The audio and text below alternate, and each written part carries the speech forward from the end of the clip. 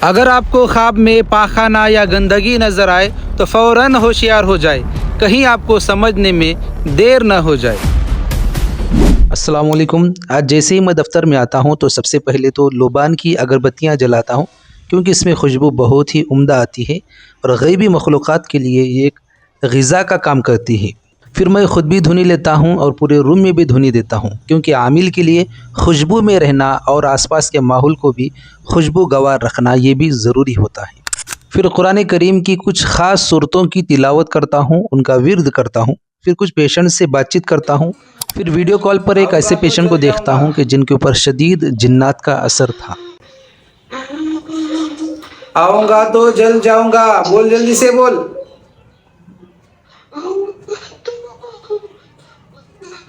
اللہ رب العزت سے دعا ہے کہ اللہ انہیں جلد صحت کاملہ عطا فرمائے۔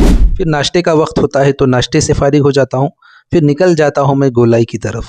یہ ہماری گلی ہے، یہ شاستری نگر کا روڈ ہے اور ہم جس علاقے میں رہتے ہیں شاستری نگر کے روڈ پر ہی سرفراز کالونی میں ہم رہتے ہیں، لاتور مہاراشٹر میں۔ ابھی میں چڑھ کے اوپر سے جب جا رہا ہوں تو یہ اوپر کا جو چوک ہے یہ آنند نگر کا چوک ہے، تو آپ بڑی ہی آسانی سے بھی ایڈریس پر آ سکتے ہیں۔ پھر اپنے دوست کی دکان پر آتا ہوں، ماشاءاللہ یہاں پر کافی سنہرا موسم تھا۔ پھر مغرب کی نماز کے بعد ہم آتے ہوئے یہاں پر کوفتے اور کھیمے کا سموسہ لے کر آتے ہیں اور اللہ کی اس نعمت کا شکر ادا کرتے ہوئے کھا لیتے ہیں۔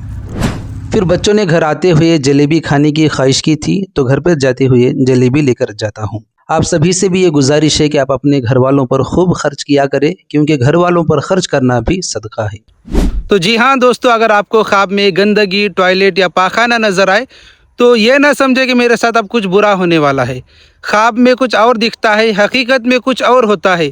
وہ مراٹھی میں کہاوت ہے نا، جیسا دستا ہے تسا نستا ہے، بالکل خواب اسی طرح سے ہوتا ہے۔ اگر آپ کو کچھ اس طرح کا خواب گرا ہے تو سمجھ جائے کہ آپ جلد ہی مالدار بننے والے ہیں۔